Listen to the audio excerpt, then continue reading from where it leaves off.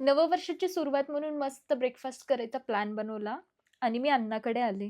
आज अण्णाकडे नाश्ता करायला Oh my फारच गर्दी होती. God! उत्तपन आणि सँडविच ऑर्डर केलं आणि दोन्ही चवीला खूप मस्त आले. पण इथेही खूपच गर्दी होती. अक्षरशः लाईन लागली होती. थोडा वेळ लागला, पण नाश्ता वर्थ इट होता. मग बाप्पाच्या दर्शनाला मी निघाले. बापरे! इथे पोहोचते तर बघते काय, सगळे रस्ते जाम. नुसती गर्दी आणि वरतून ऊन. Oh गर्दीचा no! अंदाज घेऊन ठरवलं, आपण मात्र मुखदर्शनच घेऊया.